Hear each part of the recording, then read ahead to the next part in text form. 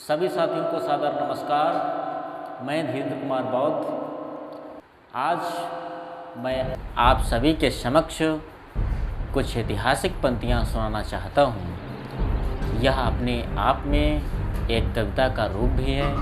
अगर आप इस कविता को ध्यान से सुनेंगे तो आपको अपना इसमें इतिहास नज़र आ जाएगा। तो ध्यान से सुनिएगा इन पंक्तियों को। और मैं बता दूँ आपकी जानकारी के लिए कि यह पंक्तियाँ श्रद्धेय पूर्व प्राचार्य माननीय मदन लाल अनंग जी के द्वारा रचित हैं। तो ध्यान से सुनिएगा इन पंक्तियों को।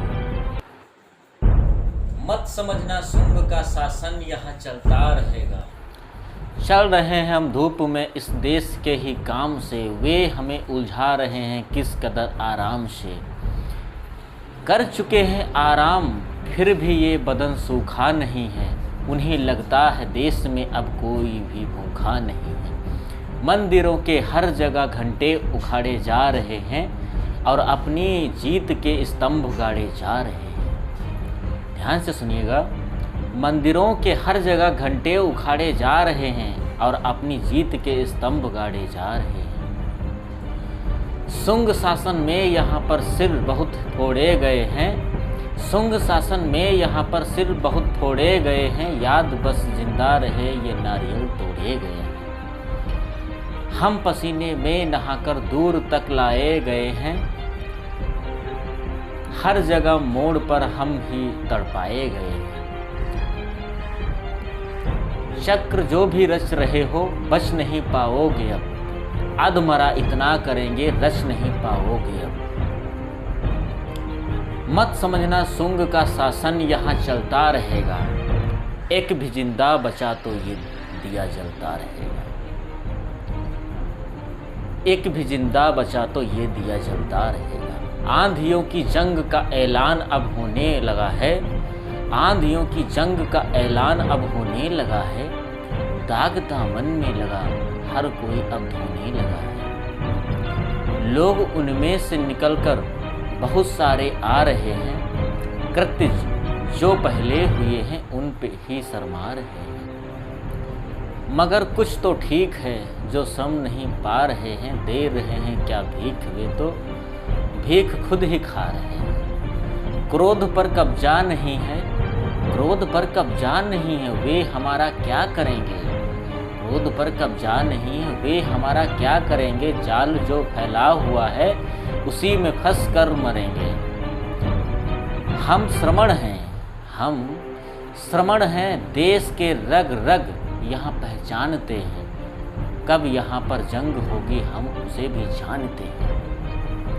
वे हमारे मन की भाषा को नहीं पढ़ पा रहे हैं। वे हमारे मन की भाषा को पढ़ नहीं पा रहे हैं, इसलिए जासूस उनके भी यहाँ घबरा रहे हैं। देश क्या है एक मिट्टी का बड़ा सा ढेर है। देश क्या है एक मिट्टी का बड़ा सा ढेर है और उस पर भी मचा अब किस कदर अंधेर है। जो हमारे पूर्वज थे, जो हमारे पूर्वज थे इसी में मिल गए हैं।